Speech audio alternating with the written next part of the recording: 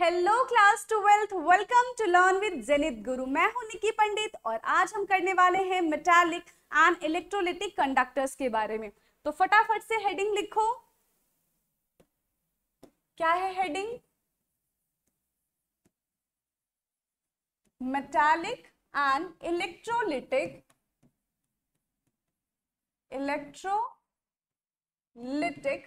Conductors. अब यहाँ पे सबसे पहले इसको पढ़ने से पहले हमें ये पता होना चाहिए कि कंडक्टर्स क्या होते हैं। कंडक्टर के बारे में आप बहुत छोटी क्लास से पढ़ते हुए आ रहे हो। क्या होता है कंडक्टर? जो इलेक्ट्रिसिटी पास कराते हैं, जिसकी थ्रू इलेक्ट्रिसिटी पास होता है। जैसे कि we are also a good conductor, है ना। हमारे से भी इलेक्ट्रिसिटी पास होती है, तभी हमें करंट लगता है। अगर हम गुड कंडक्टर नहीं होते तो हमें करंट नहीं लगता। तो यहाँ पे हम कंडक्टर की डेफिनेशन लिखेंगे सबसे पहले। conductor which allow electricity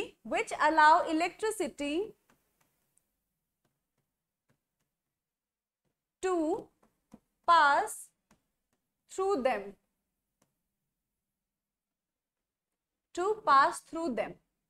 example क्या हो जाएगा? जैसे हम हैं, ह्यूमन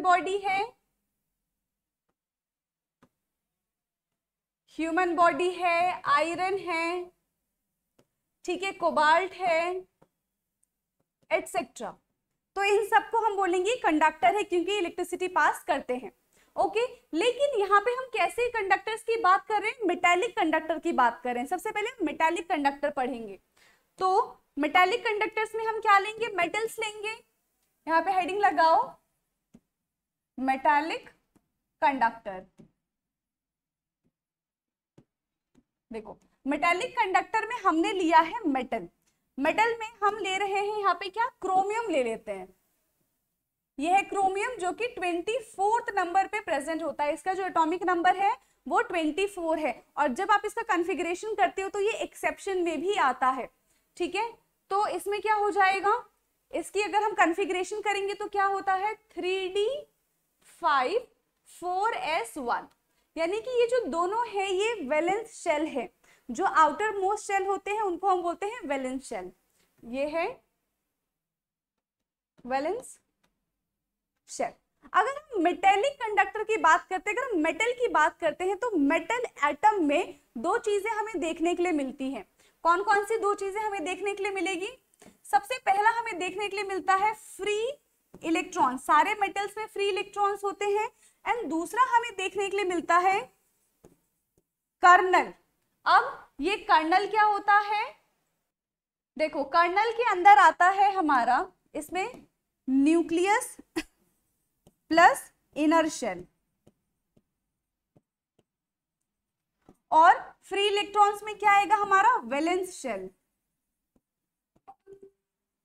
जिसको हम आउटर मोस्ट शेल भी बोलते हैं। क्योंकि इनके बीच में गैप बहुत कम होता है, इन दोनों को ही हम क्या करते हैं? आउटर मोस्ट शेल बोल देते हैं। क्योंकि यहाँ पे क्या होता है कि इलेक्ट्रॉन ट्रांसफर ही तो हुआ है, एस से डी में गया है, ठीक है, और इनके बीच का गैप बहुत कम होता है, इसलिए हम दोनों को कंसीडर करते हैं वैलेंस शेल। और इसके अंदर वाले जितने भी होंगे हम उनको बोलते हैं इनर शेल, ठीक है। अब हमारे पास फ्री इलेक्ट्रॉन्स कितने हैं? हमें यहाँ से टोटल फ्री इलेक्ट्रॉन 6 दिख रहे हैं। 5 ये है और 1 ये है, तो टोटल फ्री इलेक्ट्रॉन्स है हमारे पास यहाँ पे 6। और यहाँ पे कर्नल में क्या होगा? देखो, टोटल इसका कितना होता है? एटॉमिक नंबर 24 है। 6 को छोड़ के कितने बचेंगे हमारे पास? 18 इलेक्ट्रॉन्स बचेगा, ठीक है।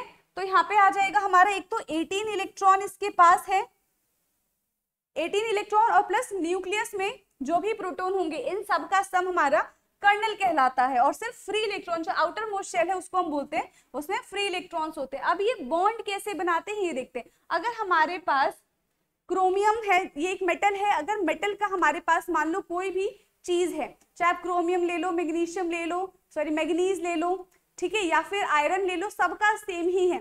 मान लो हमने क्रोमियम लिया है, तो हम क्या कर रहे हैं? यहाँ पे हमारा क्रोमियम का एटम है, ठीक है, ये हमारे सब कर्नल्स हैं, इसमें न्यूक्लियस भी है, और इसमें क्या है? इनर शेल के इलेक्ट्रॉन्स भी है, ये सब कर्नल है। अब एक कर्नल पे कितने फ्री इलेक्ट्रॉन्स प्रेजेंट है? 6 फ्री इलेक्ट्रॉन्स प्रेजेंट है, तो इसके आसपास 6 इलेक्ट्रॉन बनाते, 2 3 4 5 6, ऐसे ही 1 2 3 4 5 6, 1 2 3 4 5 6, 1 2 3 4 5 6। सबसे पहले सारे कर्नल्स बनाएंगे हम। सिर्फ क्रोमियम के ही एटम होंगे यहाँ पे, और इसके आसपास क्या बनाएंगे हम? फ्री इलेक्ट्रॉन्स बनाएंगे। सब पे 6 फ्री इलेक्ट्रॉन्स है, 4 5 6, यहाँ पे 1 2 3 4 5 6, 1 2 3 4 5 6, 1 2 3 4 5 6, 1 2 3 4 5 6, 1 2 3 4 5 6, 1 2 3 4 5 6, यहाँ पे भी 1 2 3 4 5 और 6। अब ये देखने में कैसा लग रहा है? जैसे कि यहाँ पे बहुत सारे फ्री इलेक्ट्रॉन हो और उनके बीच में ये जो क्रोमियम का एटम है, ठीक है, ये क्या कर रहा है? तैर रहा है। यानी कि यहाँ पे हमें दिखने में लग रहा है सी ऑफ इलेक्ट्रॉन्स, बहुत सारे इलेक्ट्रॉन। ये क्या बन जाएगा हमारा? सी ऑफ इलेक्ट्रॉन, यानी कि इलेक्ट्रॉन का समुद्र जिसमें क्रोमियम ऐसे तैर रहे हैं, ऐसा ही लग रहा है। ठीक है, जितने ज्यादा फ्री इलेक्ट्रॉन होंगे उतनी ज्यादा इनकी कंडक्टिविटी होगी, उतना ज्यादा ये गुड कंडक्टर होंगे। अगर हम सोडियम की बात करते हैं तो सोडियम क्या होता है? लास्ट शेल में सिर्फ एक ही उसके पास इलेक्ट्रॉन होता है, तो वो एक से ही अपना बॉन्ड बनाएगा, तो जिसकी वजह से वो इतना अच्छा मेटल नहीं हो पाता है। रिएक्टिविटी सीरीज में बहुत ज्यादा रिएक्टिव है, लेकिन अगर हम मेटल की कॉम्बिनेशन की बात करें तो जितने ज्यादा वैलेंस शेल होंगे उतनी ज्यादा अच्छी उनकी कंडक्टिविटी होगी। क्लियर है? तो यहाँ पे number of free electrons total 6 है, तो इनकी कंडक्टिविटी काफी अच्छी है। लेकिन इससे भी ज्यादा अच्छी कंडक्टिविटी किसकी होगी? मैग्नीज की।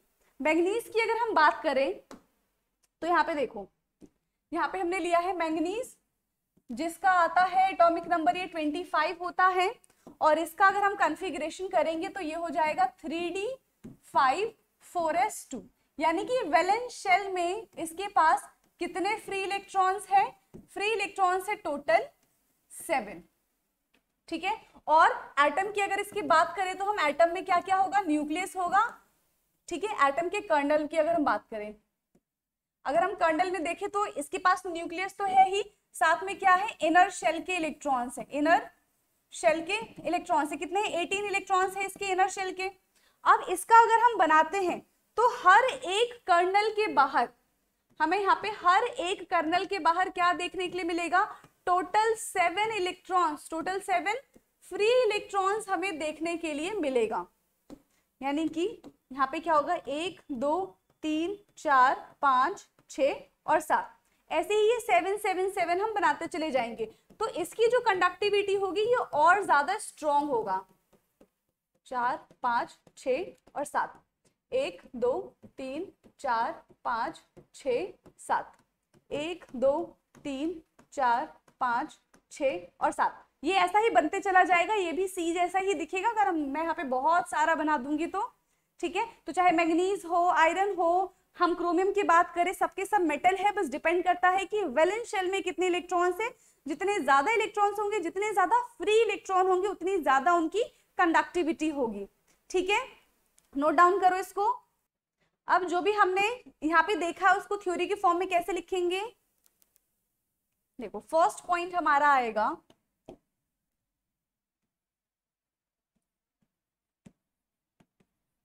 metals are good conductors। क्यों है मेटल गुड कंडक्टर? क्योंकि इनके पास फ्री इलेक्ट्रॉन अवेलेबल होता है। Metals are good conductor because they have free electrons. ठीक है, सेकंड क्या है? देखो, फ्री इलेक्ट्रॉन्स तो है ही, इसके साथ साथ और क्या हो सकता है? हम मेटल्स के अगर एग्जांपल देखें तो अभी हमने देखा था इसमें मैग्नीज देखा था, और उससे पहले हमने क्रोमियम देखा था। अब देखो, फ्री इलेक्ट्रॉन्स कैसे हैं, जितने ज्यादा फ्री इलेक्ट्रॉन्स होंगे उतने ज्यादा इनकी कंडक्टिविटी होगी। हम यहाँ पे लिखेंगे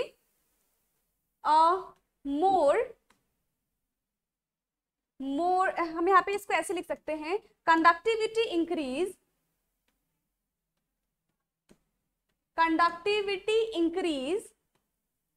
with increase of number of free electrons। जितने ज्यादा फ्री इलेक्ट्रॉन्स होंगे उतनी ज्यादा इनकी कंडक्टिविटी इंक्रीज होगी। लेकिन अगर हम बात करें टेम्परेचर की, टेम्परेचर क्या होगा, जैसे ही हम टेम्परेचर इंक्रीज करेंगे कंडक्टिविटी डिक्रीज हो जाएगी। कैसे होगी, यहाँ पे देखो, ये है हमारा सी ऑफ इलेक्ट्रॉन, ठीक है। हमने इस पे क्या किया, टेम्परेचर दिया। जैसे हम इसको टेम्परेचर दे रहे हैं, ये जो इलेक्ट्रॉन्स हैं ये वाइब्रेट करना स्टार्ट हो जाएंगे, जो कर्नल है वो वाइब्रेट करना स्टार्ट हो जाएंगे और अपनी पोजीशन को छोड़ के वो क्या हो जाएंगे, अलग अलग भागने की कोशिश करेंगे, जिनकी वजह से इनका जो सी है वो डिस्टॉर्ट हो जाएगा और रेजिस्टेंस क्रिएट होगा। और रेजिस्टेंस क्रिएट होने की वजह से कंडक्टिविटी जो है वो कम हो जाएगी। तो यहाँ पे हम क्या लिखेंगे, when we increase temperature,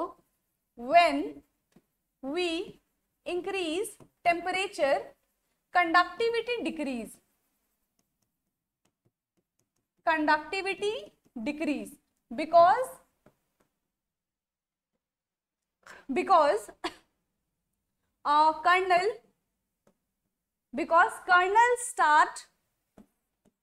kernel start vibrating, because kernel start vibrate into its position,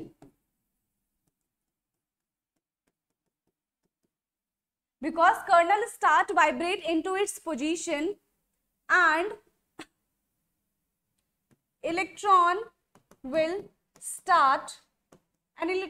start move, which create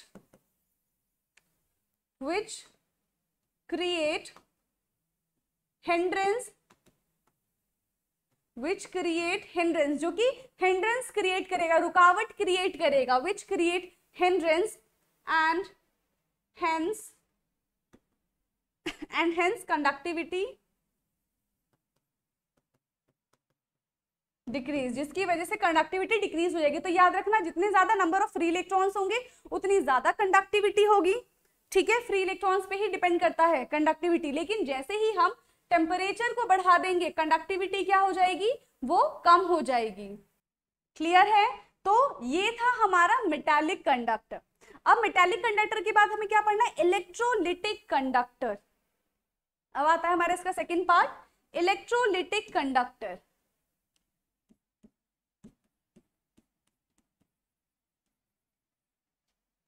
electrolytic conductor, देखो इलेक्ट्रोलिटिक में क्या होगा, यहाँ पे जितने भी मेटल्स होंगे, चाहे वो हमारा एसिड हो, मेटल नहीं, यहाँ पे हम कंपाउंड की बात करें, चाहे एसिड हो, बेस हो या फिर सॉल्ट हो, वो क्या करते हैं, सारे के सारे इलेक्ट्रिसिटी, सारे के सारे क्या होते हैं, गुड कंडक्टर होते हैं, वो इलेक्ट्रिसिटी को फ्लो कराते हैं। क्यों इलेक्ट्रिसिटी फ्लो कराते हैं, क्योंकि उनके पास फ्री इलेक्ट्रॉन्स प्रेजेंट होते हैं। अभी हमने मेटालिक वाले में देखा था कि वो भी गुड कंडक्टर थे, उनके पीछे का क्या रीजन था कि वो उनके पास भी फ्री इलेक्ट्रॉन्स थे। ऐसे ही जो इलेक्ट्रोलिटिक कंडक्टर्स होते हैं वो क्या करते हैं, उनके पास भी फ्री इलेक्ट्रॉन्स होते हैं, लेकिन उनके पास फ्री इलेक्ट्रॉन्स हमेशा नहीं होते। जब हम इलेक्ट्रोलिटिक कंडक्टर का मतलब है जब हम, चाहे वो एसिड हो, बेस हो या फिर सॉल्ट हो, उनको जब हम पानी के अंदर डिसॉल्व करेंगे उसके बाद वो क्या करेंगे, अपने कैटायन और अनायन में डिसोसिएट होंगे। उससे पहले वो इलेक्ट्रिसिटी कंडक्ट नहीं कर सकते। जैसे कि हमारे घरों में नमक रखा होता है, अब नमक ऐसी पड़ा हुआ है और हम क्या कर रहे हैं, उसको टच कर रहे हैं, तो क्या वो इलेक्ट्रिसिटी क्रिएट करेगा, क्या उसके थ्रू इलेक्ट्रिसिटी हम पास करा सकते हैं, नहीं करा सकते, क्योंकि अभी उस वक्त उसके पास उसके आयंस नहीं है। लेकिन जैसे ही उसको हम पानी में डिसॉल्व कर देंगे, ठीक है, जैसे हमने उसको पानी में डिसॉल्व कर दिया, अब उसमें कैटायन और अनायन डिसोसिएट हो चुके होंगे और वो कैटायन और अनायन रिस्पॉन्सिबल होते हैं इलेक्ट्रिसिटी कंडक्ट करने के लिए, ठीक है। तो यहाँ पे हम क्या लिखेंगे, इलेक्ट्रोलिटिक कंडक्टर में, जैसे कि हमने यहाँ पे लिया है नाइट्रिक एसिड HNO3 को जैसे ही पानी के अंदर हम डालेंगे, ये क्या बन जाएगा, H positive and NO3 negative. ये एसिड है। एक और ले लेते जैसे कि मोस्ट कॉमन HCl की बात करें, HCl को जैसे ही पानी के अंदर डालेंगे ये H पॉजिटिव और Cl नेगेटिव में कन्वर्ट हो जाएगा। एक बेस ले लेते हैं NaOH, NaOH को पानी के अंदर डालेंगे तो ये Na positive plus Cl negative आएगा। ठीक है, एक सॉल्ट ले लेते हैं हम NaCl, इसको पानी के अंदर डालेंगे तो ये बन जाएगा, यहाँ पे आता हमारा OH नेगेटिव, ये बन जाएगा हमारा Na positive and Cl negative. तो हमने देखा चाहे एसिड हो, चाहे बेस हो, चाहे सॉल्ट हो, ये सारे के सारे पानी में जाने के बाद अपने आयंस में डिसोसिएट हो रहे हैं। ये हमारा हमने एसिड लिया था, ये एसिड है, ये भी एसिड है, ये बेस है और ये सॉल्ट है। ठीक है, यहाँ पे हम देख पा रहे हैं कि all acids, base and salt give, or all acids and all acid base and salt dissociate into its ions when they dissolve in water। When they dissolve in water, जब हम इनको पानी में डिसॉल्व कर रहे हैं तभी उसमें क्या आ रहा है, आयंस आ रहे हैं। ठीक है, all the acid base and salt dissociate into its ions when they dissolve in water and now they conduct electricity and now they conduct electricity। ठीक है, because of cation and anion, because of cation and anion, क्योंकि इनके पास क्या क्या है, cation and anion है। लेकिन याद रखना ये एक्वस में, और इसको हम क्या बोलते हैं, मोल्टन। जो इलेक्ट्रोलिटिक कंडक्टर्स होते हैं वो एक्वस या फिर मोल्टन के फॉर्म में ही इलेक्ट्रिसिटी कंडक्ट करा सकते हैं। इनके फॉर्म में ही ये गुड कंडक्टर होते हैं, अदरवाइज ये बैड कंडक्टर होते हैं। क्लियर है इतना? जब तक ये एक्वस में नहीं जाएंगे तब तक इलेक्ट्रिसिटी कंडक्ट नहीं करा सकते हैं। तो हम इसमें क्या लिख सकते हैं, हम इसमें पहला तो ये लिखेंगे इलेक्ट्रोलिटिक कंडक्टर। फर्स्ट पॉइंट आएगा इसमें हमारा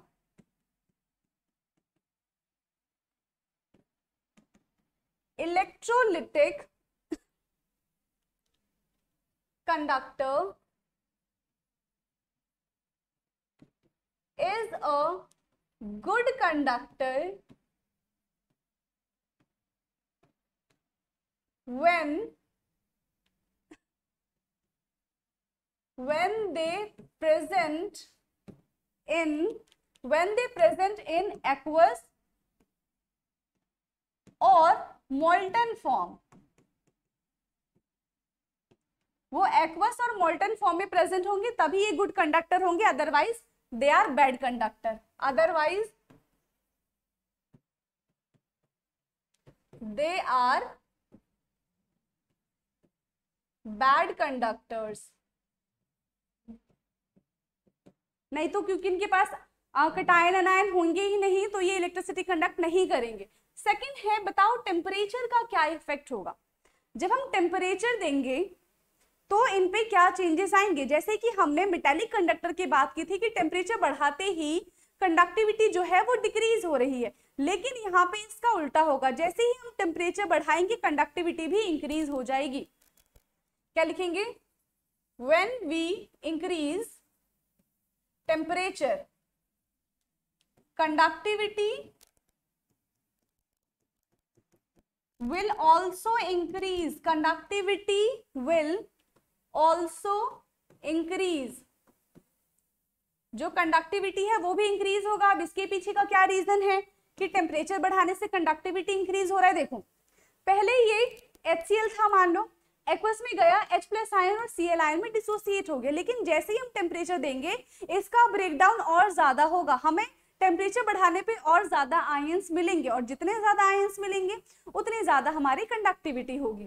ओके तो यहाँ पे हम क्या लिखेंगे, when we increase temperature conductivity will also increase because number of ions increase, because number of ions increase, क्योंकि यहाँ पे नंबर ऑफ आयंस इंक्रीज होंगे। क्लियर है। मेटालिक, ये हमारा जो इलेक्ट्रोलिटिक कंडक्टर था इसके बारे में भी देखा हमने और मेटालिक कंडक्टर के बारे में भी देख लिया। अब इसके बाद क्या है, हम कुछ जनरल टर्म्स डिस्कस करेंगे, जैसे कि रेजिस्टेंस। रेजिस्टेंस क्या होता है, वर्ड सुना होगा आपने फिजिक्स में, रेजिस्टेंस।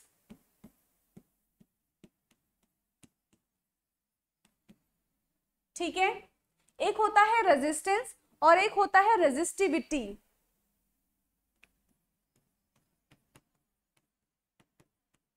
Resistance and resistivity. देखो रेजिस्टेंस का मतलब होता है रुकावट। मान लो कि आप सड़क पे बहुत तेज कार चला रहे हो, ठीक है, वो एकदम कोई भी नहीं है, सिर्फ आप ही हो, एकदम स्पीड से आप कार चला रहे हो, लेकिन आगे जाके आपको पता चलता है कि बहुत सारे गड्ढे हैं सड़कों पे, जो कि देखने के लिए आपको मिल ही जाता है, ठीक है। तो क्या होगा, वो स्पीड क्या तभी भी आपकी मेंटेन रहेगी। जब आप देखोगे कि अच्छा सड़कों पे तो बहुत सारे गड्ढे हैं, तब क्या होगा, आपकी जो स्पीड है उस गड्ढे की वजह से क्या हो जाएगी, स्लो हो जाएगी। ठीक है, तभी तो ऐसा नहीं कि बिल्कुल उड़ा के लेके चले गए, ऐसा नहीं होने वाला है। तो उन गड्ढे ने क्या किया, तुम्हारी स्पीड को रोक दिया, यानी कि रेजिस्टेंस क्रिएट कर दिया, हिंड्रेंस क्रिएट कर दिया, उसी को हम बोलते हैं रेजिस्टेंस। ओके, यानी कि रुकावट। तो यहाँ पे क्या होगा, विच अपोज, यहाँ पे रेजिस्टेंस क्या होता है, resistance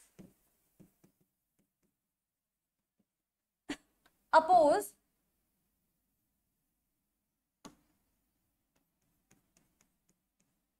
oppose the flow of electricity, flow of current हम बोल सकते हैं। ये करंट के फ्लो को अपोज करता है रेजिस्टेंस। रेजिस्टेंस को हम रिप्रेजेंट करते हैं आर से। R is directly proportional to length upon area of cross section. ठीक है, R is directly proportional to L by A, जिसमें एल है हमारा लेंथ एंड ए है हमारा एरिया ऑफ क्रॉस सेक्शन।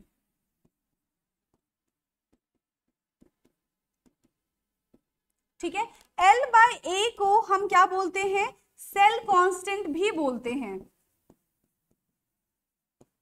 और सेल कांस्टेंट को हम रिप्रेजेंट करते हैं G स्टार से। ये बात याद रखना, आगे हमारे काम आएगी। अब यहाँ पे क्या हो रहा है, R is directly proportional to L by A.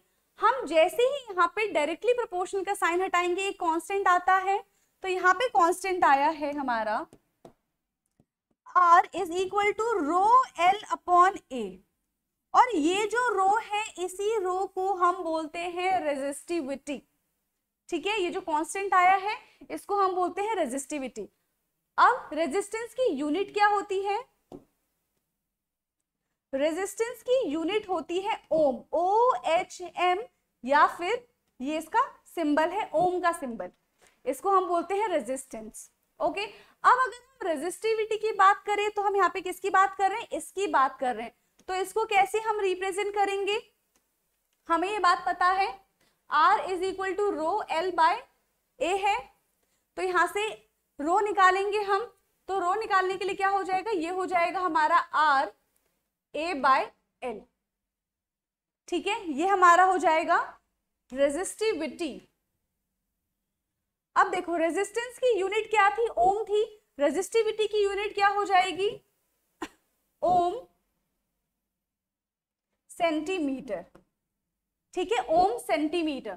Centimetre कैसे, देखो यहाँ पे एरिया ऑफ क्रॉस सेक्शन क्या होता है, अगर सेंटीमीटर मिले तो ये हमारा सेंटीमीटर स्क्वायर हो जाएगा, लेंथ हमारा सेंटीमीटर है, सेंटीमीटर स्क्वायर से सेंटीमीटर कट जाएगा, और अब हमारे पास बचेगा rho is equal to ohm centimetre. ये हमारा क्या हो जाएगा, यूनिट हो जाएगा रेजिस्टिविटी का। तो अभी हमने क्या देखा जनरल टर्म्स में, एक हमने रेजिस्टेंस देखा, एक हमने रेजिस्टिविटी देखा। अब हम करेंगे कंडक्टेंस एंड कंडक्टिविटी। इसको नोट डाउन करो पहले फटाफट से, कर लिया इतना नोट डाउन।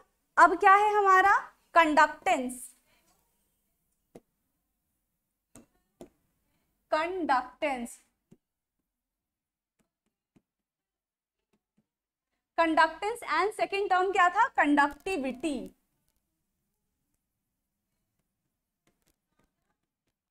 देखो कंडक्टेंस जो होता है वो रेसिप्रोकल होता है रेजिस्टेंस का। अब रेजिस्टेंस क्या था, जो रुकावट क्रिएट कर रहा था, है ना, ऑब्स्टिकल्स क्रिएट कर रहा था, वही कंडक्टेंस क्या है, मतलब वहां पे कोई ऑब्स्टिकल नहीं होगा, जस्ट रनिंग पाथ जहां पे करंट अच्छे से फ्लो कर सके उसको हम बोलते हैं कंडक्टेंस। तो it is reciprocal of, it is reciprocal of resistance,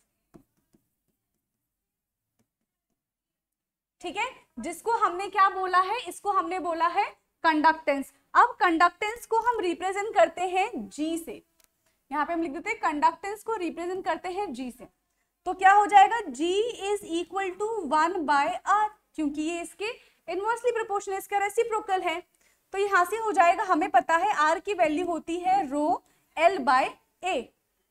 तो यहाँ पे क्या हो जाएगा, G is equal to 1 upon, जो ये दोनों क्या है न्यूमरेटर में है, तो यहाँ पे न्यूमरेटर हो जाएगा डिनोमिनेटर में और डिनोमिनेटर हो जाएगा न्यूमरेटर में।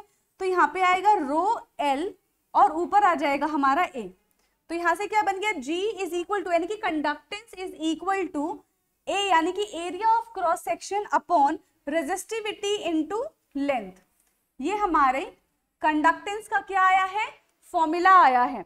अब देखो इसकी यूनिट क्या होगी, रेजिस्टेंस का ये जस्ट ऑपोजिट है, तो इसकी यूनिट हम लिखेंगे ओम इनवर्स। ओम इनवर्स ही तो होगा, रेजिस्टेंस का होता था ओम, तो कंडक्टेंस का हो जाएगा ओम इनवर्स। वहीं अगर हम कंडक्टिविटी की बात करें तो कंडक्टिविटी ऑपोजिट है रेजिस्टिविटी के। क्या है, कंडक्टिविटी ऑपोजिट है रेजिस्टिविटी के। तो यहाँ पे क्या हो जाएगा, कंडक्टिविटी को हम रिप्रेजेंट करते हैं K से, K यानी कि कापा, ठीक है। तो यहाँ पे हो जाएगा K is equal to 1 upon rho, ठीक है। अब वहां पे देखो हमें ये पता है R is equal to rho L/A, तो रो निकालने के लिए क्या करेंगे हम, rho is equal to RA upon L, ये कर सकते हैं। तो रो की जगह ये पुट कर दूं तो हो जाएगा K is equal to RA upon L, ये आ जाएगा हमारा। तो कंडक्टिविटी आया है हमारा RA अपॉन L। अब देखो ये रेजिस्टिविटी का जस्ट ऑपोजिट था, ठीक है। अब रेजिस्टिविटी में क्या होता है हमारा, ये हमने करेक्ट किया हुआ है, रो की जगह हमारा आएगा RA अपॉन L, और हमने नहीं एक मिनट रुको, हमें यहां से लेना था K is equal to 1 upon rho की वैल्यू आएगी RA इंटू L, ये होगा। तो यहां से आ जाएगा RA L, K is equal to L upon RA। अब हमने देखा था कि जो रेजिस्टिविटी होती है उसकी यूनिट थी ओम सेंटीमीटर, ठीक है। तो यहाँ पे क्या हो जाएगा, इसका just opposite ohm inverse centimetre inverse, ये हो जाएगा हमारा ओम इनवर्स, क्योंकि ये डिनोमिनेटर में है। और यहाँ पे क्या होगा, ये हमारा होगा L is equal two centimetre और A is equal two centimetre square, तो इससे ये कट जाएगा, ये ऊपर जाएगा तो माइनस में आ जाएगा। तो इसकी यूनिट हो जाएगी ओम इनवर्स सेंटीमीटर इनवर्स, और ओम इनवर्स को हम साइमन भी बोलते हैं, तो ये हो जाएगा हमारा साइमन सेंटीमीटर इनवर्स। क्या है ये, कंडक्टिविटी। कंडक्टिविटी को हम रिप्रेजेंट करते हैं K से, K क्या होता है, कापा होता है। क्लियर है, conductance opposite of resistance and conductivity is opposite of resistivity. तो यहां से हमने दोनों का फॉर्मूला देख लिया है। ये फॉर्मूला बहुत ज्यादा इंपॉर्टेंट है जब हम न्यूमेरिकल सॉल्व करेंगे, तो इनको फटाफट से नोट डाउन करो। अब देखो इतना करने के बाद क्या है, ये सब जो मेटेलिक कंडक्टर है उसके लिए हम ओम्स लॉ को यूज करते हैं, ठीक है। बट हम इसके ओम्स लॉ को यूज तो करते हैं, बट इसके साथ साथ हम व्हीटस्टोन ब्रिज को भी यूज कर सकते हैं मेटेलिक कंडक्टर्स की वैल्यूज को निकालने के लिए, ठीक है। तो हम क्या लिख सकते हैं, फॉर मेटेलिक कंडक्टर्स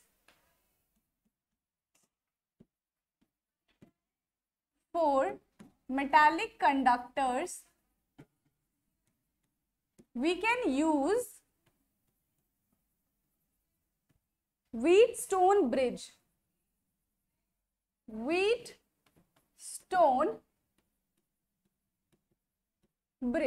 ये जो Wheatstone bridge है ये आपने फिजिक्स में देखा होगा, ठीक है। कैसे बनेगा Wheatstone bridge, ये हम बनाते हैं कुछ इस तरीके से,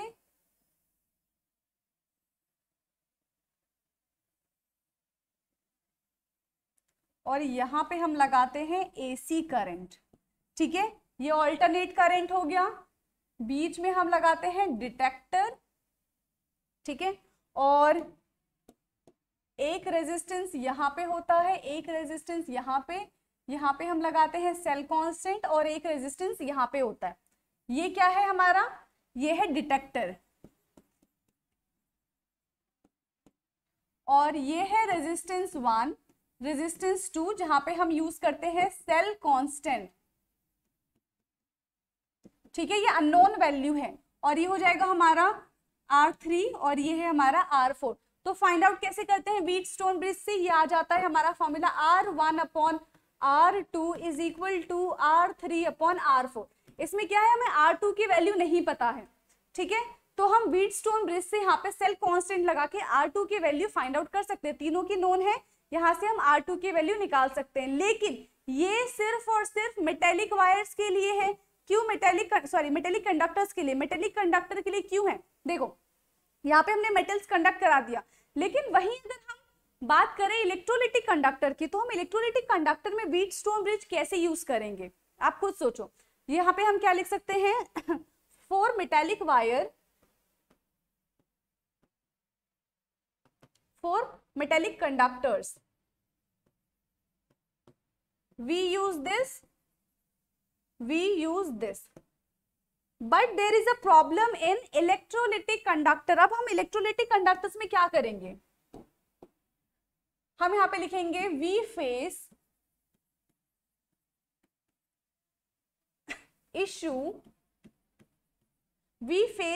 issue for electrolytic conductor in Wheatstone bridge. अब देखो व्हीटस्टोन ब्रिज में हम क्या करेंगे, इलेक्ट्रोलिटिक कंडक्टर्स कैसे लगाएंगे, मेटल्स तो हमने लगा दिए थे, यहाँ पे देखो ये वायर से, तो यहाँ पे हम मेटल की वायर लगा सकते हैं, लेकिन हम इसमें लिक्विड कैसे लगाएंगे। तो लिक्विड के लिए क्या करना पड़ेगा, हमें दो प्रॉब्लम फेस करनी पड़ रही थी, क्योंकि वहां पे क्या होता है कि जो इलेक्ट्रोलिटिक होते हैं, जो इलेक्ट्रोलिटिक कंडक्टर होते हैं, वो हमेशा मोल्टन स्टेट में प्रेजेंट होते हैं, because electrolytic conductors present in molten form और एक्वस फॉर्म, वो मोल्टन फॉर्म और एक्वस फॉर्म में प्रेजेंट होते हैं। पहली प्रॉब्लम ये है। दूसरी प्रॉब्लम क्या है, अगर इसमें व्हीटस्टोन ब्रिज में अगर हमने डीसी करंट सप्लाई किया, डायरेक्ट करंट सप्लाई किया, तो क्या होगा, if we use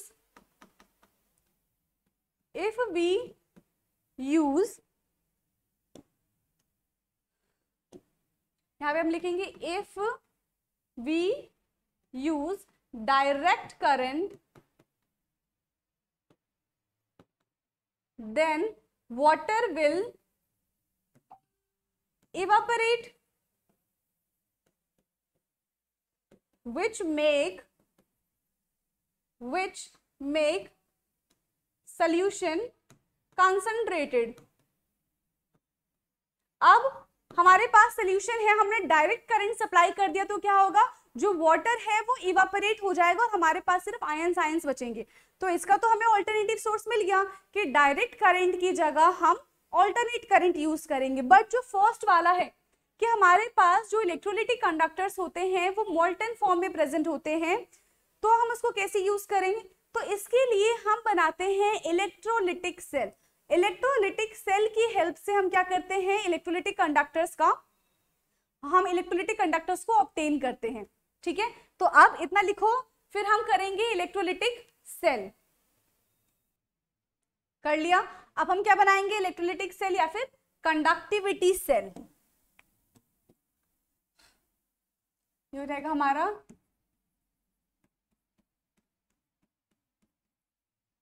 conductivity cell. कैसे बनेगा ये, यहां से हमने लिया एक चैम्बर, दिख रहा है, ठीक है। अब हम इसमें क्या कर रहे हैं, हमने यहाँ से वायर कनेक्ट किया है और यहाँ पे हमने लगाया है एक इलेक्ट्रोलाइट। सेम यहाँ से आएगा और यहाँ पे भी हमने लगाया है एक इलेक्ट्रोलाइट, और इसमें एक वायर है, प्लेटिनम की वायर हम यूज कर रहे हैं ताकि रिएक्ट ना हो। यहाँ पे हमने यूज किया है ये प्लेटिनम का वायर, और फिर इसको हमने कनेक्ट कर दिया है व्हीटस्टोन ब्रिज से। ठीक है, सेम यहाँ पे है प्लेटिनम की वायर और यहाँ पे हमने कनेक्ट कर दिया है व्हीटस्टोन ब्रिज से। और ये क्या है, ये इलेक्ट्रोड्स है। ठीक है, प्लेटिनम का इलेक्ट्रोड्स लिए ताकि वो सोल्यूशन के साथ रिएक्ट ना करे। और इसके अंदर हमने क्या फिल किया है, इसके अंदर हमने वो सोल्यूशन फिल कर दिया जो मोल्टन स्टेट में हमें मिला था। इसके एरिया को हम क्या बोलेंगे, ये ए होगा हमारा cross section area, cross section area. और लेंथ क्या लेंगे हम, ये दो इलेक्ट्रोड के बीच का जो डिस्टेंस होगा उसको हम लेंगे लेंथ। क्लियर है इतना? ठीक है, हम इस मेथड से क्या कर सकते हैं, कैलकुलेट कर सकते हैं कंडक्टिविटी ऑफ इलेक्ट्रोलाइट। क्या लिख सकते हैं हम, by this method, by this method we can calculate electrolytic conductors, we can calculate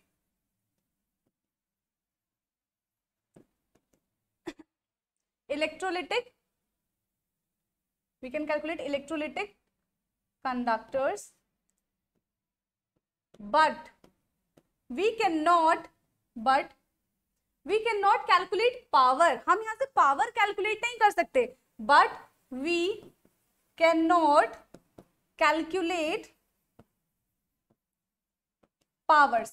यहां से हम सिर्फ इलेक्ट्रोलिटिक कंडक्टर्स को की वैल्यू ऑब्टेन कर सकते हैं, यहां से हम पावर कैलकुलेट नहीं कर सकते। तो पावर कैलकुलेट करने के लिए हम क्या करेंगे, अब हमें दो टर्म्स और पढ़नी है जिनसे हम पावर को कैलकुलेट करेंगे। इतना बनाओ फटाफट से, फिर उन दो टर्म्स को डिस्कस करते हैं। क्लियर है इतना? यहां से हमने क्या निकाल लिया है, कंडक्टिविटी ऑफ इलेक्ट्रोलाइट यहां से हमने निकाल लिया है। ठीक है, अब क्या करेंगे, पावर निकालने के लिए हम यूज करेंगे यहाँ पे दो टर्म्स हैं। कौन कौन सी वो दो टर्म्स है, पहली है हमारा इक्विवेलेंट कंडक्टिविटी। फर्स्ट है हमारा equivalent conductivity, equivalent conductivity.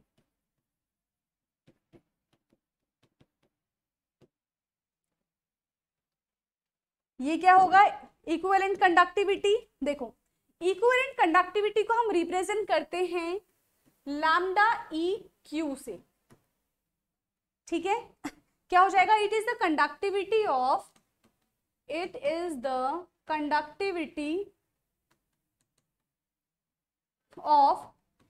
1 gram of equivalent, 1 gram of